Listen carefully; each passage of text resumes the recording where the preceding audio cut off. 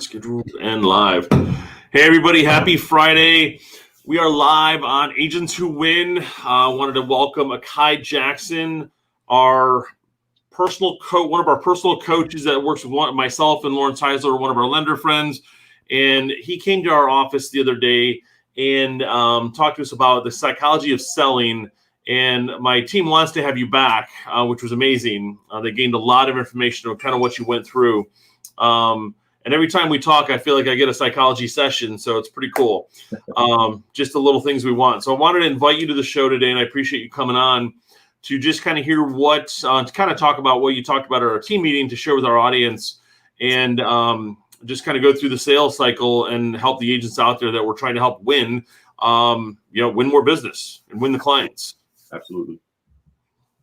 Absolutely. Well, thanks again so much for having me on. It's always humbling and such an incredible experience to get an opportunity to stand in front of people, sit in front of people, whether it be face to face or on a platform like this. So just thanks so much. So as Todd mentioned earlier, my name is Akai Jackson. I've got a lot of titles, right?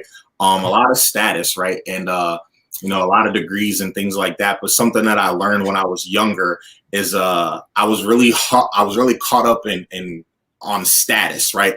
It was so important for me to say that I'm a senior personal training manager for this amazing company, or that I was the director of this or the manager of that or the professional of this or whatever. And I was so stuck on status until I heard this. Status stands for still too arrogant to understand success. Right. And what I really didn't realize was that as I was going through this process of degrees in education and then continuous education through units and things like that, that I was finding success along the journey in that process. And I had a lot of failures. Right. And I always ask this question, right? Like, what's the opposite of success? And really quickly, people come up and they say, what? What's the opposite of success? Failure. They say failure really, really quick. And I'm like, man, so Todd, right? I go, so if the opposite of success is failure, is that what you've been taught or what you actually believe? It's what we've been taught. And if I'm not successful, then I failed. I think it's kind of what I believe too, but it's also a mindset. Right, for sure. So, what I like to do is I like to throw things out there for people to really get them to think, right? It's like, man, all my life I've been told the opposite of success is failure. When someone asks me the question, like, I regurgitate what I've been taught, but what if what you were taught was wrong, right? If what I found is the more you fail, the faster you have the ability to succeed, right? The faster you have the ability to stand up and try to walk and fall, the opportunity for you to stand up and try it again. If you quit on the first time, you'll never learn how to walk, right? If you give up on sales after the first no, you're never gonna sell anything, right? Statistically, you need 4, 5, 6, 7, 8, sometimes 10 no's before you get your first yes. Well, it's like the phone calls. We tell them it's going to take you between 8 and 12 calls, and one of our girls had on the team was like, "Yeah, finally." They after like the 10th phone call, I'm like, "We said 8 to 12, so there's your magic number. Call in 10 times." I'm reading the book right now for the second time. Go for no. Trying to understand the more times you can get no. We almost want to have a contest. How many no's can you get, or how many hangups can you have before you get that call? Absolutely. And that actually just kind of opens us up and brings us to, what we're going to talk about today, which is the psychology behind sales, right? The model of human behavior in sales. And, you bump into so many people, right? They go, I'm not a salesperson. I'm not a salesman. I'm not a saleswoman.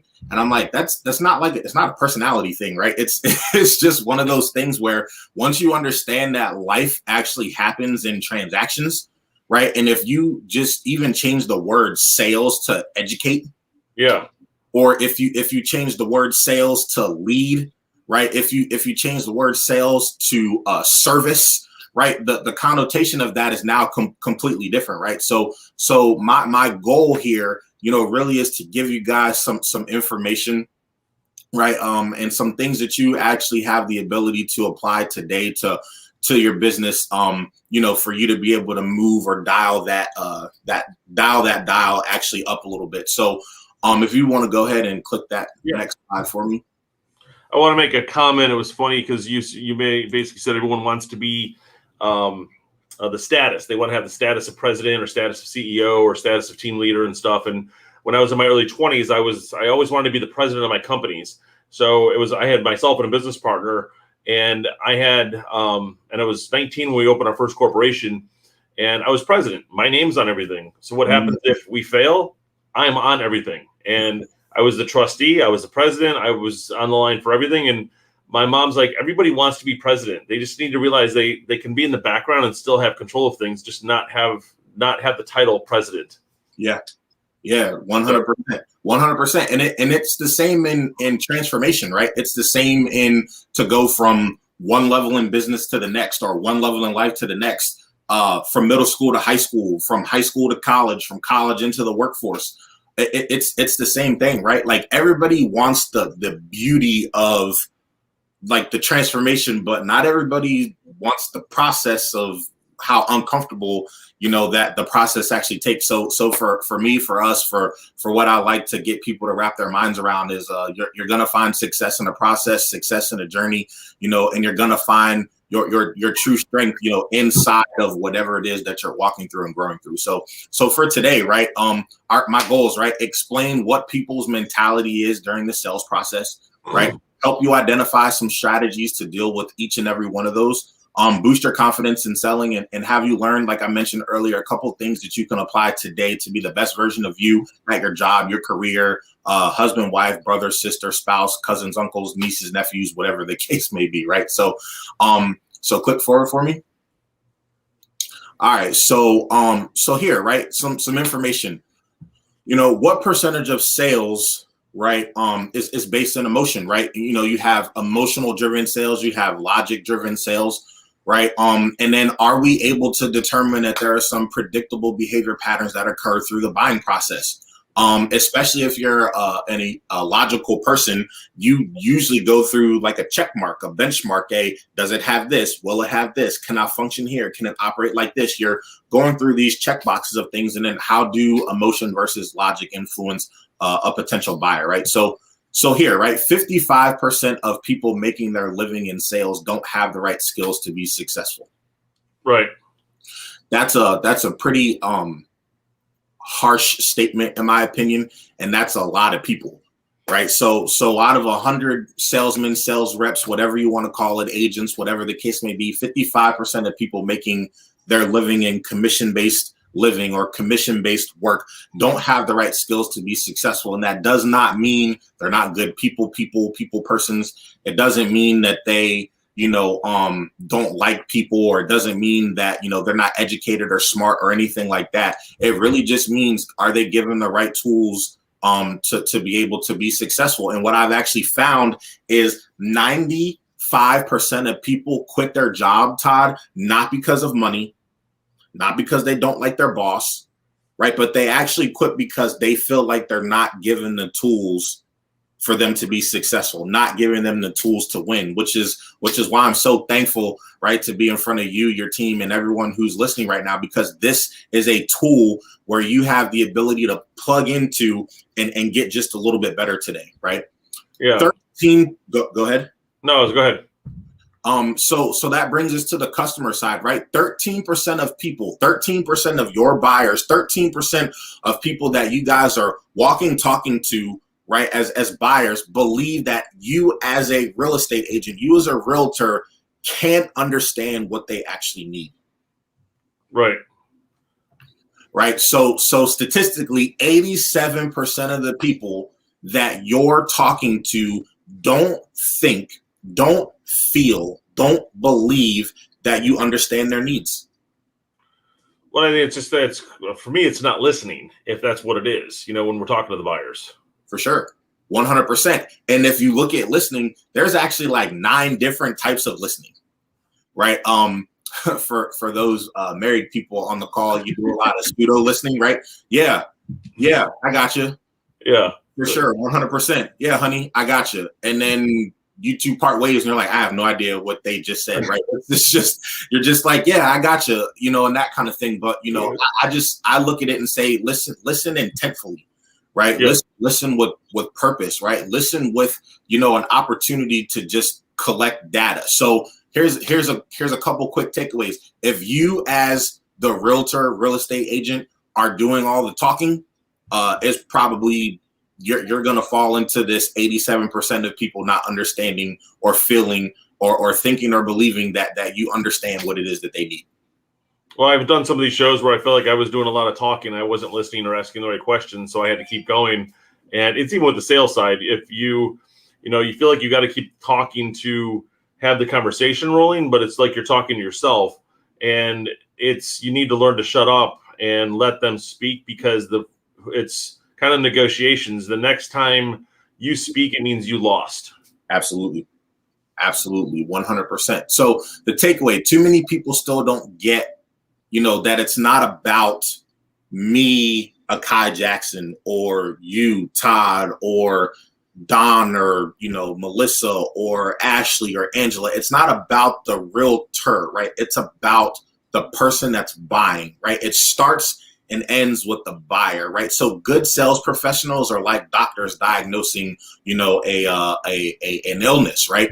It's checking boxes. It's making sure that you covered ground. It's making sure that you collected as much information as possible for you to allow and help someone make, whether they're doing an emotional buy, a logical buy, or both, right? So that takes us here, right? So emotion versus logic, right?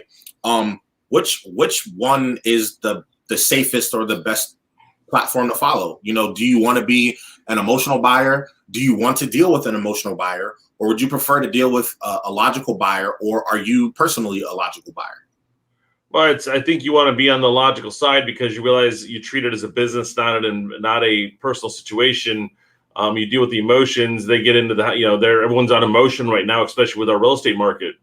And so if you can look at the house logically that you're going to buy, and look at the numbers and look in detail, what's the long-term plans? What's all the stuff versus, oh my God, I finally got a contract accepted.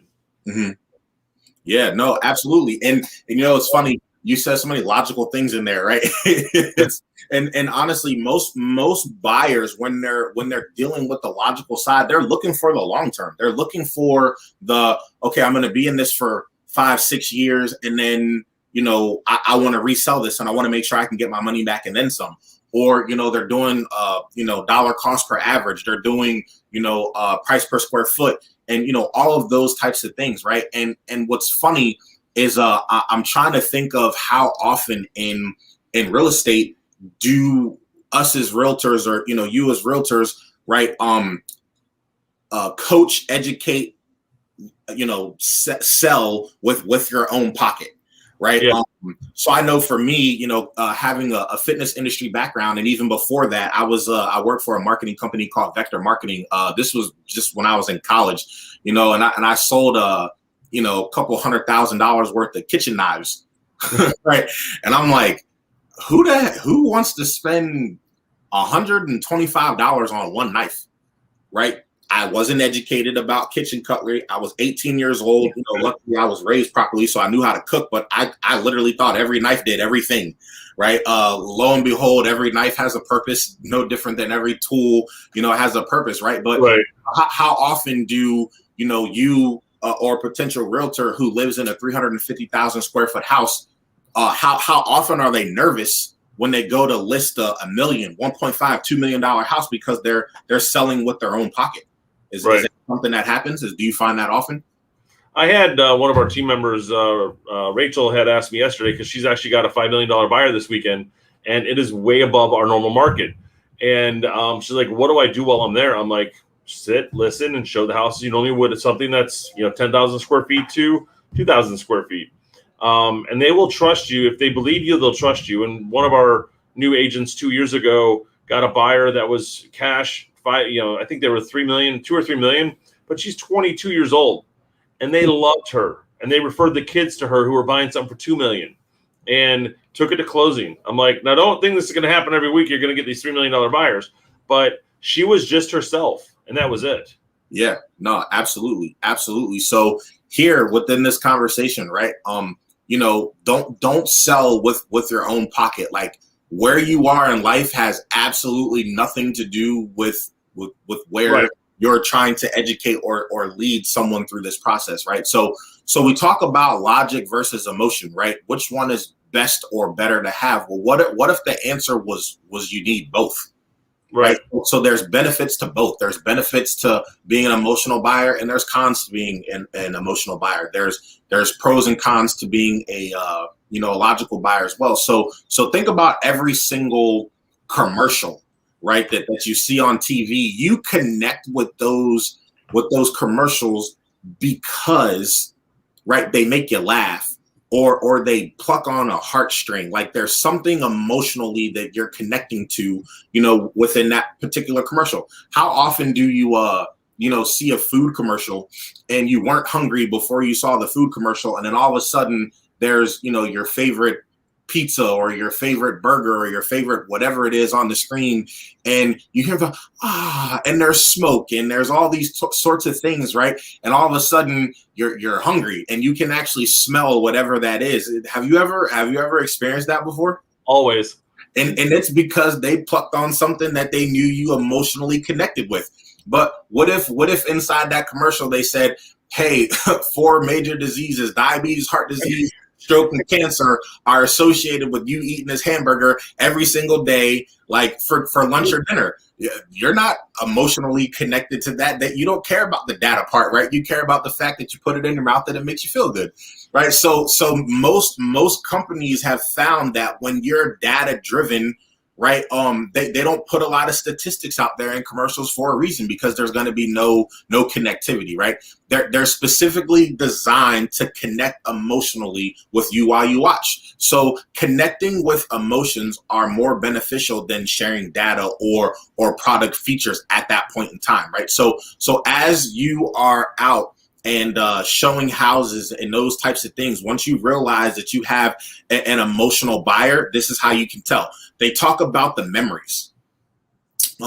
They talk about the things that they can see their family doing in the space. Oh, I could see our Christmas tree over here in this corner. Oh man, I'm not real sure about this color, right? But I think that the couch that we're currently bringing in here works better with mauve. But I can see that sofa going right here. Oh man, I could hear my kids running up and down, these steps, and man, these hardwood floors. Thank God they're durable, because all my kids play sports, right? They're aware of the functionality, right? They're really looking at the layout of the house, and they're thinking, can I see myself and my family creating memories in this space? Well, I think that's a big thing, is let them see that instead of saying, I used the words on New Year's Day. I was showing a house, and I know the couple, so it was a little different being acting as a salesman versus being a salesman. And I was like, can't you guys see yourself enjoying this pool? And the mom wanted to push me in the pool. But I was doing it as a joke, and she didn't really get my sense of humor yet. But you don't want to do that on the everyday buyer. It's, you don't want to be the car salesman in there. Coming through there. Absolutely. So some of the cons of being an emotional buyer, you're gonna run into people that are being very, very impulsive, right? They make impulse decisions. The biggest issue is emotional buyers tend to be impulse buyers, right? There are multiple offers on this property, right? If you tell them that, it'll make someone who can react on impulse, it'll freak them out, right? Yep. So if you're trying to build urgency, right, man, we got to put in an offer. There's already multiple offers on this house. Someone who is emotionally driven or are an emotional buyer, it'll create chaos for them. It'll create their brain going everywhere. They're up and down, they're roller coastering through this thing. So if you run into an emotional buyer, you definitely just want to make sure that you don't do that, right? And honestly, you'll find that emotional buyers will tell you things like, man, this process is a lot more tiring than I thought it was going to be. Yeah. I thought it was just, I thought it was just get pre-approved, talk to you a little bit, tell you what I wanted, and then all of a sudden, like, I'm giving you my money. I didn't know that it was going to be so physically, emotionally, mentally, like, draining, right? It's just one of those things. And if you're an emotional seller, right, you're going to go on that ride with them, right? So you just want to make sure that you recognize if you're dealing with someone who is an emotional buyer. That's bringing the was a word I was. Go ahead. I had a word on that and I can't think of it now. Sorry. No, it's all good. So you really, it's okay if you have an emotional buyer, obviously, but you want to make sure the biggest thing that you provide them with is consistency and stability. Right. Right. Because they're going to be all over the place. You want to be the most constant and consistent thing that you can be. So, inspect what you expect or tell them what you're going to do. Right. Hey, Mrs. Jones, throughout this process, I want to let you know I'm going to be here 100% of the time. I want to make sure that, I return your phone call within, 24 hours. I want to make sure that I not only, give you a phone call, but I also follow up with an email. Right. What's your best method of contact? Would you prefer email or text? If they tell you both, do both. If they tell you it's email, send them an email. Call them anyway, too. You just want to remain as consistent and constant as possible, right? So when it comes to logic, right, it's good to have logical buyers as well, but there's pros and cons to that. Again, price per square foot. Their biggest fear is losing money on a resale, right?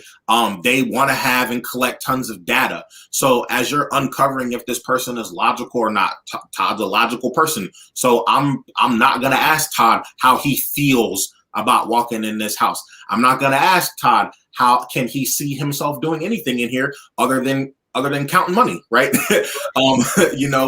So he cares about price per square foot, dollar cost per average. What's the market doing right now? He might ask some questions like, what are the comps in the area, right? What are the other houses selling for around here, right? There's all sorts of things, but they're all going to be data driven. They're all going to be, factual. There's not going to be any roller coastering with someone who's a logical buyer. No, and that's what I was going to say. It's like in the beginning, you've got to educate the buyer through the process.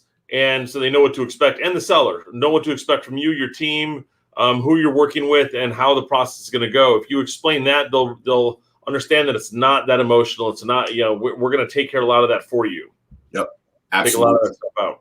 Absolutely. You're going to find that a logical buyer also doesn't miss anything. They miss absolutely. They're super thorough.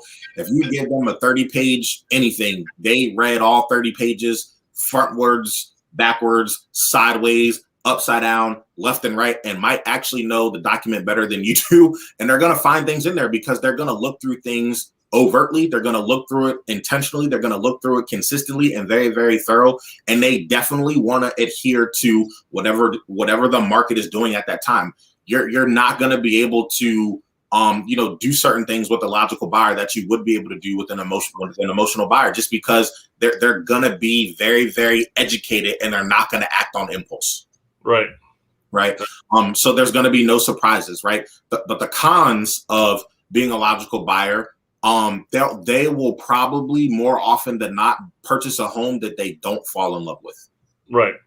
Where you're seeing that a lot right now because everyone's getting so emotional. They're just like, oh my God, I finally got a deal. And they get into it like, it's not what they wanted. But, it's like, hey, we've got a house. And that's what I think people are they're getting satisfied right now, just getting into something. Yeah, it's like that finite. It's like, it's fine. It's fine. It's good. Yep. It's better than not, right? So, so everyone, listening, right? Like you should understand and see why, you need the balance, right? And the only way that we can keep the balance as good agents is through education and knowing where your buyer is at all times, right? Knowing where they are in their process at all times. So click forward. Okay. And listen, because I know everyone on this call is a coffee drinker, that means they do ABC all day long, right? They're always closing. ABC, always be closing, right? So here are your keys to your success, right? These 6 words over here on the right have the ability to supercharge your sales process, right? And this is going to allow you to understand where people are in the process, right? And be able to help them or guide them through to the next level, right? So, what we're looking at here is pre-contemplation, contemplation, prepping or planning or scheduling, action, and maintenance, right? So one of the worst questions, right? Again, coming from, direct sales, coming from, selling, doing personal training in big box gyms for a really long time, right? Going through the sales process, one of the questions that is usually on every single sheet of paper when you're sitting down and interviewing someone, that I think is probably the worst sales question ever is this one, right? On a scale of 1 to 10, Todd, right, with 10 being the highest, right, what is your commitment level on moving forward with this process? It's a 5.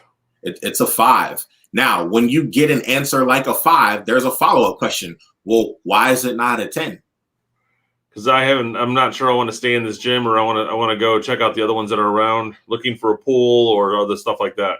Sure, absolutely, and I could understand why you'd want to do that, right? And then now you'll go, well, why is it not a 1? Because your location is good for me. Location is good. So in that statement, Todd told you some helpful information. He's here because it's location, but he's looking for some other things, right? So here's where this question goes sour for us people who are ABCs, right? Always be closing. When a person says, I'm committed to doing this, I'm an 8 out of 10, I'm a 9 out of 10, I'm a 10 out of 10. That person just tricked you into thinking that you're about to get action that day, that you're about to close that day. That's not good, right? So on a scale of 1 to 10, lady at the bar, what is your interest and commitment level in allowing me to buy you a drink? 10 being the highest, 1 being the worst. She says a 10. I'm like, yay, right? Right? I can buy her a drink. Awesome. Obviously, I probably want something after this drink, right? I want conversation. I want, to see if this can go somewhere. And all she wanted was, that's not the closing piece that we're looking for, right? So why it's such a bad question is because it'll trick you into thinking that a person is ready for action, that a person is ready to take that step, right? So that takes us to this first part of the progress, right? The first part of this section. And I just want to let you guys know, if you're taking notes, you can get in and out of this sales cycle at any one of these 6 stops. You can actually go from pre-contemplation to contemplation all the way to prepping and planning, and get out of preparation and go back into pre-contemplation or contemplating. You can be in action and fall out of action and go back up to prepping, planning, right? Or contemplation or something along those lines, right? So I'm going to give you some strategies that you have the ability to utilize to go through this. So let's start with pre-contemplation. All right, let's go next. Yeah. Okay. All right. So most people that are in pre-contemplation, by most, I say about 99% of them, they're not ready to take action at all whatsoever. Okay. At all. And by looking at that, we're talking about within the next 6 months. I would be the perfect example of a person that is in pre-contemplation. I was on Zillow for 2 hours already this morning. Just looking, right? I have one of my best friends. He lives in Denver, knows that I like to travel to Denver. And he knows that I do well, and he knows that I'm eventually looking at purchasing something in Denver. I just don't know what. Right. He also knows I look at Zillow every day, probably 5 or 6 times a day. He sends me condos in downtown Denver, condos not too far from where he is. And then he shows me high rises in Orlando, condos in Orlando, and single family homes in Orlando every day. Yeah. And he sends them to me for me to look, because I am looking, but I am in no way, shape, form, or fashion wanting to purchase a house within the next 6 months. Right. I'm gathering information. I'm looking at what the market's doing. Right. I'm asking questions. I know that I would pre-qualify for a decent amount. Right. I know that I'd be able to afford whatever the case may be. I know that I would pay my house off soon. The financial part, I'm just, I know that I could do this. I just wouldn't. And I'm not ready to do that. Right. So, so in pre-contemplation, right, the strategy is to empathize and demonstrate understanding and compassion throughout this particular part of the process. Right. So, while someone is in pre-contemplation, you want to make sure that you increase their awareness. You want to discuss the risks potentially of not moving forward, right? And you've got to get them to consider the possibilities, right? So while someone is in, pre-contemplation, you're gonna hear them say certain phrases, right? I can't, or I won't, or I'm not interested.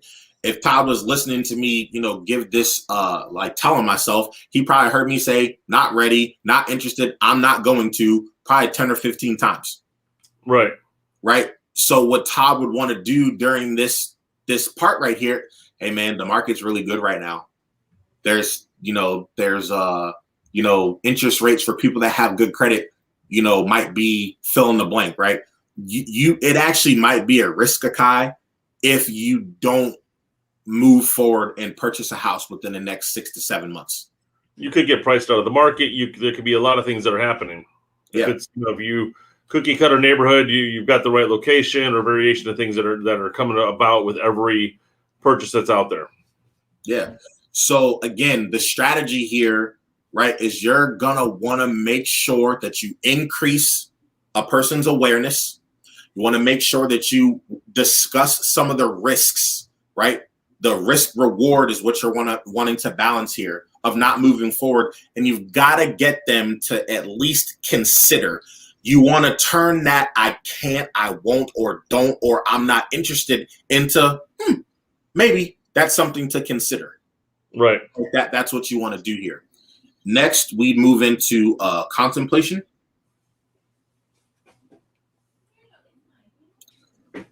Okay, so here, right, your strategy, you're going to hear me say it a lot, is going to run into education, right? You're going to want to educate the buyer, right, to be able to get them to understand, again, the risk rewards, right? You're going to want to make sure that you give them as much information as possible here. Okay, an educated buyer is going to be your best buyer. Okay, you want to be able to identify or overcome their objectives and why they're actually reluctant to make a purchase or to even consider buying a house, right? You want to help them balance. Consider the pros and cons of staying in the exact same place that they're in, right?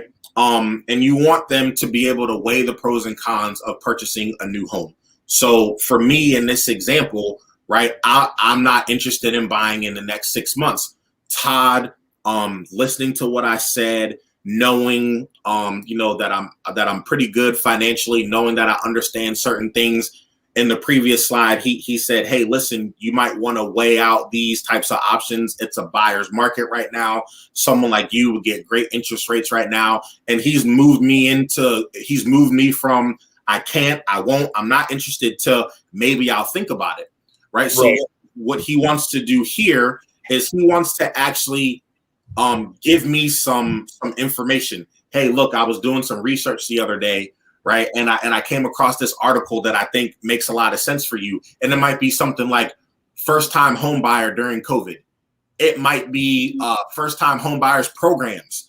It might be I know you're really interested in downtown. I just kind of wanted to show you some of the things that you're looking at, right?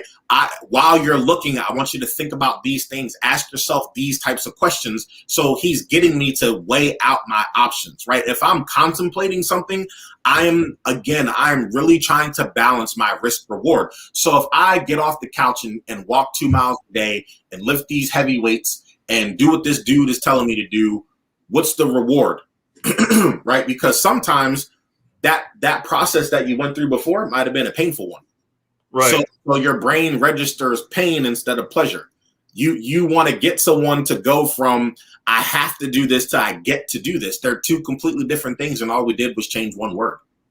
Right. So we want to be able to, again, educate the buyer, because an educated buyer is the best buyer. Well, that's having those conversations at the beginning, because you write 3-4 offers and they're like, well, I've never thought it's a good idea to offer full price to a seller. Well, meanwhile, you need to educate, you need to go over, because they've lost 5 offers. They're finally realizing, what needs to be done. That was a call I had right before the show of an agent who's like, if we send you an offer now, will you guys accept it? If not, what's the story? So the guy's learned. So now she's getting the information up front to be able to tell them, look, it's still going to go through Monday. Right. No, absolutely. Absolutely. So we go from contemplation into what I think is actually the most important part of this, right? It's planning, it's prepping, it's determination, right? It's actually nailing some things down, tying some things down, putting some anchors on some things, right? Getting some like pre-committal before the committal, right? If you guys watched Jersey Shore back in the day, it was the shirt before the shirt, right? It was the t-shirt time. It's the, hey, the buyer is saying things like, I really need to understand what is going to be available to me, and what's going to be put in place before I make this type of commitment. Right. So if I do A, what can I expect with the results here? So if I go through the pre-approval, right? If I get pre-qualified from the bank, right? What happens next? If what happens, like, did I do some damage if I do get pre-qualified and then I don't end up purchasing a house, right? I'm still weighing out my pros and cons, but right now I am actually moving into something to where as though I'm actually looking for a lot of things here. What's gonna happen if I do this, right? So we're talking about how, we're talking about what, we're talking about when, we're talking about where, we're talking about I need these types of things before I do fill in the blank, right? So you want to get the commitment here because you've laid out a plan. So Todd, give me an example of what you would do with the buyer, a potential buyer in a phase like prepping, planning, or determining. So if they're in the preparation plan and determination side, it's more just educating them on the actual physical property now that they've decided on. We're going to dive into the disclosures, dive into what's going on with the mechanicals, dive into the repairs or upgrades that need to be done, dive into the comps to understand what the neighborhood looks like. And then, if they're already got their pre-approval, cool. Now let's go with the lender, talk about what the payment's going to look like. Now, does all that make sense? Cool. Let's put this to contract. Absolutely. Here, a good thing to be, right? As someone's here, it might be hey, there's going to be 8, 9, 10, 12 people you got to talk to, or a little bit less than that, right? Hey, yeah. The title company, you're gonna hear from Dave at the title company. Hey, you're gonna need to talk to my assistant to get back on my schedule to do fill in the blank. So you're gonna get a call from Susie or Angela.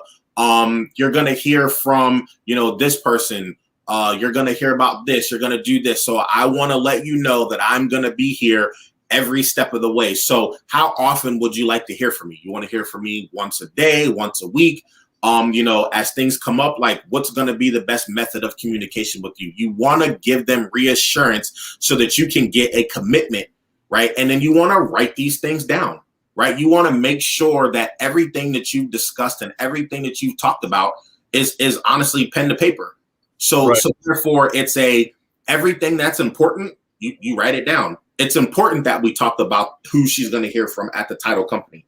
Excuse me. It's important that we talked about when the next meeting is going to be. It's important that that's on both of everybody's calendar so nobody forgets. It's important that we anchor some things down and tie some things down, right? Especially when it comes to like having meetings during an important time, like getting ready to go to closing, right? It sounds so bad, but when I lock down appointments with people, when I'm doing a consultation, especially for the first time, or if I'm getting a committal to move forward with something in business, it sounds so bad, but it sounds just like this. Todd, listen, tomorrow at 9:00, I'm going to see you, right? Unless you or I die, I will see you tomorrow at 9:00. That literally means, Todd, you don't have to call me. Like we've talked about 9:00, right? So I'll see you tomorrow at 9, right? So I'm telling him that it is also extremely important that we keep this appointment tomorrow at 9. Nothing is more important other than not physically being here for Todd to cancel on the appointment that we have tomorrow at 9:00. Does that make sense? Yep. Perfect. And then obviously we move into our last one. which would be action, right? You're going to hear them say, I am, I will, I can. This is what I am doing, right? So here's where the plan is getting implemented, right? We want to revisit and revise the plan if it's necessary. Hey, Todd, I know that I told you were going to hear from Dave over at the title company. Dave's on vacation, so you're going to hear from Alexis. Yeah. You're going to walk these people through this process. And again, you want to overcome the difficulties and you want to maintain the commitments that you put out here, especially if you're dealing with an emotional buyer. If you're dealing with an emotional buyer and you get to action, do you know how freaked out this person is? They just took out a loan for $350,000, $400,000, $500,000. It's the biggest commitment that they've made for themselves outside of essentially going to college and potentially getting married at this point in time. Right. They're going to take the next 30 years of working extremely hard to pay this house off. Essentially, it's one of the biggest commitments that someone's ever going to make. If they're emotional, of course they're freaked out. So during the action part of this, right, you want to make sure that you are overcoming the difficulties that they're having, and you want to maintain the commitment that you put forth in front of this potential buyer or in front of this buyer, where you're keeping the level of communication open and you're basically telling them what's going to happen before it ever comes, right? You want to be over promising and essentially never under delivering, but you want to be over promising and you want to be reaching and exceeding over what that over promise was, right? And then obviously you reward the success. That's where you guys take the pictures with the keys or in front of the house, and you get them to talk about you during this process, right? And then obviously you close on the loan. Well, and that's where it's like they've made the decision to move forward, and they've signed, they've closed, and obviously it's everything's done. What the whole process has been done the way it's supposed to. Yep, absolutely. And then the last one, right? It's maintenance, right? These people have reached their goal. They don't want to regress, or they just want the continued support here, right? So you welcome. This is the welcome home stage, right? They've closed, they've done everything, and here, this is where you have the ability to just take full advantage of getting referrals from this person, right? Regardless of if they're an emotional buyer or a logical buyer at this point, their emotions are high. They just closed on a house, right? They just potentially purchased the house of their dreams. They're moving in, right? They're excited about this new phase, this new stage. It's something new, right? Newness in life brings so much intensified energy, right? New car makes you feel good. New watch makes you feel good. New pair of shoes makes you feel good. Here's what's crazy. When you go to your barber or your hairstylist, you feel like a brand new person, right? Sure. Right. That's this part right here. So here's where you have the opportunity to take advantage of referrals, right? Mrs. Jones, who do you know that is looking to purchase a house within the next 45 to 60 days? Give them some urgency. Why do I say 45 to 60 days? Because I told you pre-contemplation is in the next 6 months. You don't necessarily want to be walking somebody through this entire process all over again. So maybe you say, Mrs. Jones, have any of your friends over the last month and a half talked to you about potentially purchasing a house? If so, who is that? Right. And you just say, what's your sister's name? What's your brother's name? What's your aunt's name? Right. When I used to do direct sales, my business thrived on referrals. And I literally, I go through appointments, with people that said they weren't going to buy. They'd buy the most amount of knives they could possibly buy at one time, right? And then lastly, I would ask them for referrals, right? Sometimes you're taught to ask those questions at the very end. Now that you guys are satisfied and happy with us, who do you know or who can you recommend that would want to work with us? Absolutely, and it looks just like this. There's a couple ways you can do it. I like to just put my head down, put my pen to paper, and get the writing. Todd, what's your sister's name? So you're basically and you've got it ready to write, so it makes it more affirmative. Yep. So Todd, what's your sister's name? Dana. Todd, what's your other sister's name? Natalia. Todd, what's your other sister's name? Thank God I don't have any more. Oh, okay, cool. What's your brother's name? I don't have any. Okay, what's your aunt's name? Oh, Khaki. Awesome. Yep. That's an interesting name. What's your other uncle's name? What's your aunt's name? And you just, hey, who's your favorite teacher? What's her name? Who's your neighbor? Who's this? Who's that? And you're able to look at this. You go, man, I just got 14 names and numbers that I have the ability to kind of really go somewhere with this, right? And again, you can ask those types of questions. Who do you know that has talked about purchasing a home over the next 2 months? Who do you currently know looking for a home? Right. Hey, who do you know that's married, right, and looking to upgrade their house? Who do you know that needs more space? Who do you know that's looking to move, into the Lake Brantley or Wekiva area? Hey, who do you know that lives in Windermere? I tell you what, you want to get into another market? Ask who they know that lives in the market that you're looking to get into. Hey, who do you know that lives close to the beach? Who do you know that likes going to the beach, visits the beach all the time. Oh, Right. my brother's sister's cousin's nephew's uncle, they have a boat and they go to the lake all the time. Perfect. Can I get in? I want to get in contact with them. Can you give them a quick call while we're sitting here and just introduce me real quick? Right. Here's my makes phone. sense. You Yep. know, you just assume that they're going to give you name after name after name after name, because if you're always working in a warm market, your job is very easy. Very, very easy. Very, very easy if you're always working in a warm market. And by a warm market, I'm talking about people that you got from someone that you already helped, Right. versus you cold calling or somebody that you don't have any connectivity with, right? Hey, Todd, my name's Akai Jackson. I saw your sign on the side of the road. What type of connectivity do I have with Todd at this point? And Todd's got about 35 seconds for me to like him or not like him at this point. You got a product that's right in front of him. That's what you have. Mm-hmm. Absolutely. Absolutely. So, we'll move into the last slide here. Actually, go to the next one. With some strategies, right? There's 5 things here, that you have the ability to move people through, right? The strategy here is always going to follow this, right? You got to ask. Use a simple question to collect and analyze information about a particular client.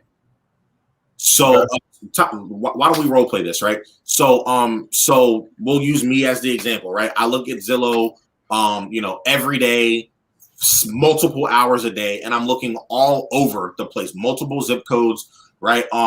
I would love to say that I don't really have a budget, because some of the times I'm vision building for myself with things that I know that I could potentially get to.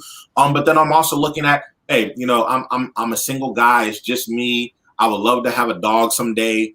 Obviously I'll get married someday. There might be kids, but I do have some family here, right? I like people, so I like entertaining. So I'm obviously looking at specific things, right? And based on that information, we might be able to get somewhere. So why don't we just go through the ask part here with the strategy? So the qualifying questions, for going forward, if you called me off my sign, one, we're going to ask, are you looking for a 4-bedroom, 3-bath home? I'd be interested in looking at a 4-bedroom, 3-bathroom home for sure. Perfect. So is it something, are you looking for a pool? A pool would be nice. I could give or take a pool, but if it came with the house, that'd be nice. This particular property doesn't have a pool, but if you're okay either way, then we can definitely get in and show you. So this one's around 2,500 square feet. Are you looking for that square footage? Or are you looking for something larger? Honestly, Todd, it just depends on how open the floor plan is. Gotcha. Perfect. Because I know as the more hallways you have, the less open it is, and the less square footage it feels like. Absolutely. So, diving into that, this sounds like a good property you want to take a look at. Have you ever had a chance to speak to a lender yet? I have not. Perfect. So just wanted to ask a couple questions. One, and these are the qualifying questions that I use to judge whether we're going to show or not. What got you to start looking at houses? I'm 35. And I know that right now with renting, I am essentially just throwing money away. So I know that one of the ways to increase net worth and build up a portfolio for myself and the legacy is to own some property. Awesome. Have you ever bought a house before? I have never bought a house before. All right, perfect. Well, it's exciting since it's a first-time opportunity for you. So, just some background on yourself. Are you self-employed? Do you have a job? What kind of work do you do? Self-employed. Perfect. So, are you the type of self-employed that likes to write everything off, or are you the type of self-employed that actually takes a regular check and has positive cash flow? I write as much as I possibly can off. Perfect. So, with that in mind, I would want to have you speak to our lender first so we can get an idea of what your qualifications are prior to us going out and looking. And reason I say that is sometimes we've got buyers who could even qualify for a cell phone because they've written everything off and bought that $100,000 tractor or equipment to limit the tax liability. So I don't want to waste your time looking at houses that we potentially can't do anything with, or we may need to find another strategy to make that work. Does that sound good? It does. It sounds perfect. Hey, Todd, I tell you what, I appreciate all the information. I appreciate your help. Yeah. Right. So in that, right, that strategy, I gave Todd a little bit of information. Todd was able to ask me, right, some key qualifying questions to really get exactly where I'm at throughout this process. And now I actually feel comfortable moving forward because I feel like Todd understands what I'm looking for, and he probably can still tell. He's still probably on the fence. He probably, if he asked an urgency question, right, we might be able to kind of get a timeline, right? So we might be looking at something like, are you looking to purchase within the next 6 months? Or actually, you said that, didn't you? No, I didn't. But those are other good questions, because if you're looking at 6 months from now, then what we look at today is not going to be available tomorrow. Right. So if you're looking at 6 months, we really want to start looking 90 days out. Right. So, that might be something that, we add in here, right? What type of time frame do you have in mind to where as though you're looking? Because for me, because I know where I'm at, I could be with Todd for the next year and still have not purchased the house because of whatever reason, right? But I'm looking at some things, and I just talked to my financial advisor, and he's like, dude, you need to pull the trigger on buying something. You need to go through this process. I might call, hey, Todd, listen, I know I told you yesterday that I'm about a year out on purchasing a home. I just talked to my financial advisor, and it's time for me to buy a property yesterday. Yep. And so life happens, things change, and you have the ability to move on that, right? And it's because I'm both. I can be an emotional buyer and I can be a logical buyer. Right now, it's all based on emotion. But if my financial advisor says you need to buy a piece of property yesterday, like your life depended on it, I trust that person. He's above where I'm at, so I'm gonna go ahead and say, okay, cool, I'm ready to move, right? So your next strategy here would be to advise, right? Identify the stage and suggest, educate that buyer. Right, you're gonna want to recommend the buyer's market versus you're gonna recommend the buyer's market or rent versus being able to buy at this point, right? So again, you want to be educating this person all the time. So one of the ways that you can actually combine these two, the ask and the advise, might be something like, hey, are you ready to purchase today? No. Okay, so within the next 6 months, would you be looking to buy? Yes. Okay, that sounds great. Hey, did you know that right now interest rates are at an all-time low? Right. We have people getting 2.5, 3, 3.25, 4, whatever the case may be. So right now will be an excellent time to buy, specifically and you might name some areas, right? Because you might have a medium that you don't want to go under, right? You might be hey, most of the things that I sell are in the $500,000 to $750,000 price range. So without you pre-qualifying this person or anything like that, I mean, granted, if they say, hey, what do you do for work? I'll work at Home Depot. Unless they have a COO in their name, so that's a COO for those of you, right? Or if they have a CFO or CIO, they might only be making 35 or 40 grand, right? 35, 40 grand doesn't sound like $750,000 house unless they're married to someone else, right? So you might ask or throw out some zip codes or some areas that you tend to be in based on what your median household to look like. Does that make sense? Yeah. Yep. Here we have agree, right? Determine the stage of change that the client is in, and here, right, is where we're gonna look to get them, prepped and planned, right? So, hey, you know what? Right now, this person is in the action stage, right? We have the ability to determine where they are based on the types of language that they are coming to us with using, right? I am, I can, I will, I'm going to do these things. That person is action mode. Right. I still got to think about it. Todd, I don't know. What can I expect from you during this process? Okay, that person is prepping, planning, right? Todd, what are you going to give me during this process? What happens when I do this? Well, I'm trying to cover all my bases and make sure that I have all the information. If I'm contemplating, I'm saying things like, yeah, I'm interested, but I'm just not there quite yet. That might mean I need a little bit more information. I'm collecting and gathering as much information and data as possible. I might have gone on some showings at this point. I might have seen some of the houses. I'm still on Zillow, right? I'm looking at all those things, and if I'm in pre-contemplation, I'm telling you, I'm not ready. I'm not interested. I'm not going to do this. I'm not going to do that. No, or whatever this may be. Assist, right? Assistance needs to be appropriate to this stage or to a stage, in this process, right? Use educational materials, statistics, and stories. Hey, Todd, you know what? I completely understand how you feel. A lot of buyers right now have felt the same way. But what we found is the way that we do things here on our team, right? We are there with you 100% of the time, and we do what's right by you 100% of the time. So here's some information that I want to give you today, and let's walk through this right quick. So these are 10 of the 10 houses that we're looking at showing right now. Why don't we walk through one or two of these because they're right down the street? And while we're walking, I want you to ask yourself some of these questions, right? And you give them the questions that you want them to think about, right? You're leading them through this process, right? And you want to give them the information on the property or whatever the case may be. And at the end, now you have the ability to, tell them where they're at and then help them move forward to the next stage in the process. Right. And then arrange.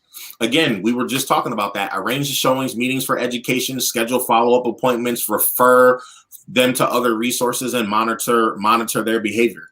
You have the ability to ask questions. Those pre-qualifying questions that we talk about and ask have the ability to kind of come back here and say, hey, Todd, a month and a half ago, you weren't interested at all. Where are you at now? Do you feel like you're a little bit closer to potentially making a purchase or looking at a house or doing this or doing that? You have the ability to ask those tough questions and get someone to move forward. So. Perfect. That kind of sums up the whole sales process. You could have spent an hour just talking on the one page on the strategies, because it's really just, the 5 steps to sales, and it's ask, advise, agree, assist, and arrange, and then go to closing. Yeah, no, absolutely. Well, this is perfect, Akai. I really do appreciate it. There's a lot of good, valuable information here. As we wrap up, Akai, I want to just ask if there's anything else you want to throw in the sales process. Otherwise, we are good. This has been great. Anything on the sales process, honestly, it's just convince people. Yeah. Right. And if, let's say you're brand new to real estate, don't really necessarily have a sales background or anything like that, just be bold and be confident. Right. And if you personally don't have the confidence just yet, use the fact that you are a licensed professional and that somebody told you that you have the ability to do this. So use the credibility of an EXP. Use the credibility of the company that you are represented by, right? Because they wouldn't have brought you on if they didn't feel like you could do the job, right? So use that belief and use that credibility until you gain some of your own. And always be closing. ABC. The one word I always tell people to use we versus I. We sold this many homes. We sold this. We did that. Because the more you can add we into it, the bigger you look. If it's just I didn't do anything this month. Well, our company or our office or our team, make yourself look bigger doing that. And if you don't have a sale, share the office sales, and it makes it look like you're doing that work. Absolutely. And then I'll do this one too, right? I say it pretty often. Every single person walking around on planet Earth has a giant sign right here on their forehead that says, make me feel special. Right. Make me feel special. Make me feel good. Right. So, I see Todd Todd and his wife at 6:00 in the morning. Right. I know everybody's not a morning person. I'm wide awake at 6:00 in the morning. I done been up for 2 hours. I'm high on life. I'm passionate. Right. Way too much energy. They come in. Right. And my goal is to make sure that when they leave, they always feel better than when they came. We do. We feel more worn out. Well, I can't walk today. Absolutely. Well, everybody enjoy your weekend. I appreciate it. Awesome, Akai. I do appreciate it, and have a good time up in Ocala today. Anytime I'm needed, I'm here. Awesome. Thanks, guys, for tuning in. Agents Who Win Friday. Have a good weekend.